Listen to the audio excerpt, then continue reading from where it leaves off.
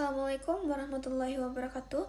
Halo semuanya, perkenalkan nama saya Rahmatul Arifah dengan NIM 3725132. Hari ini saya akan menyampaikan sebuah pidato dengan tema ekonomi dan berjudul Peran Generasi Muda dalam Membangun Ekonomi Bangsa Indonesia.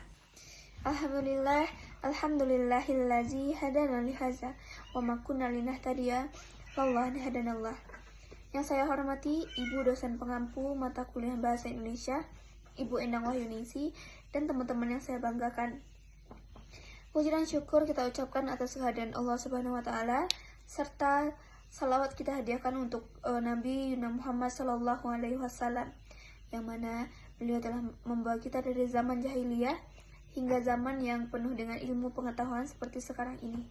Hadirin yang saya hormati, tema yang akan saya sampaikan pada saat ini yaitu peran generasi muda dalam membangun perekonomian bangsa Indonesia. Yang mana menurut saya tema ini adalah tema yang sangat relevan dengan keadaan bangsa Indonesia pada saat ini. Indonesia dikenal sebagai negara yang kaya akan sumber daya alam. Indonesia memiliki wilayah yang sangat luas dan juga penduduk yang besar. Namun, kekayaan tersebut tidak akan ada artinya jika Indonesia tidak memiliki sumber daya manusia yang berkualitas. Maka, disinilah peran generasi muda sebagai motor penggerak pembangunan bangsa, termasuk juga di sektor ekonomi. Berdasarkan data yang saya dapat, yaitu menurut data Badan Pusat Statistika atau BPS, dikatakan pada tahun 2025, Indonesia diperkirakan memasuki masa bonus demografi, yang mana jumlah penduduk usia produktif, yaitu 15-64 tahun, mencapai lebih dari 70% populasi.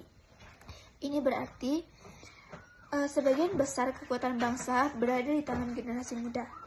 Namun, di balik peluang tersebut, tentunya juga terdapat ancaman yang sangat besar. Salah satunya yaitu persaingan dalam dunia kerja yang sangat kompetitif, perkembangan teknologi yang sangat pesat, dan juga ancaman krisis ekonomi global. Hadirin yang saya banggakan, generasi muda memiliki peran strategis dalam 3 aspek. Aspek yang pertama yaitu inovasi dan kreativitas, yang kedua kewirausahaan dan UMKM, serta yang ketiga yaitu transformasi digital. Saudara sekalian, membangun ekonomi bukan hanya soal angka atau keuntungan semata. Membangun ekonomi harus juga berlandaskan kepada moral, etika, dan karakter bangsa. Maka disinilah pentingnya pendidikan karakter bagi generasi muda. Generasi muda harus memiliki integritas, kejujuran, dan tanggung jawab dalam setiap aktivitas ekonominya. Jangan sampai semangat mengejar ekonomi keuntungan mengaburkan nilai-nilai kepedulian terhadap sesama, karena ekonomi yang berkelanjutan adalah ekonomi yang tumbuh bersama, bukan ekonomi yang hanya menguntungkan satu pihak demi pihak lainnya. Dalam membangun ekonomi yang tangguh, generasi muda tentu tidak dapat bekerja dengan sendirinya. Generasi muda membutuhkan dukungan dari berbagai pihak seperti pemerintah, dunia pendidikan, dan juga masyarakat. Pemerintah harus menciptakan ekonomi yang kondusif dengan kebijakan yang berpihak kepada generasi muda dan pelaku UMKM. Dunia pendidikan juga harus menyesuaikan kurikulum agar relevan dengan kebutuhan industri, serta menanamkan semangat kewirausahaan sejak dini. Masyarakat pun perlu memberikan ruang dan kepercayaan kepada generasi muda untuk berkontribusi dan bereksperimen, serta untuk menunjukkan kemampuannya.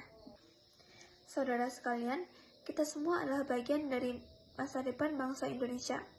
Kita bukan hanya penonton perubahan, tetapi kita adalah aktor utama yang akan menentukan arah perkembangan ekonomi Indonesia. Di tangan generasi muda yang cerdas, kreatif, dan juga berintegritas, ekonomi Indonesia akan tumbuh lebih inklusif, berkelanjutan, dan juga berdaya saing tinggi. Mari kita jadikan semangat gotong royong, kerja keras, dan juga inovasi sebagai fondasi untuk membangun ekonomi bangsa. Karena pada akhirnya masa depan Indonesia tidak ditentukan oleh seberapa besar sumber daya alamnya, tetapi oleh seberapa besar semangat dan kontribusi generasi mudanya dalam menggerakkan roda perekonomian Indonesia.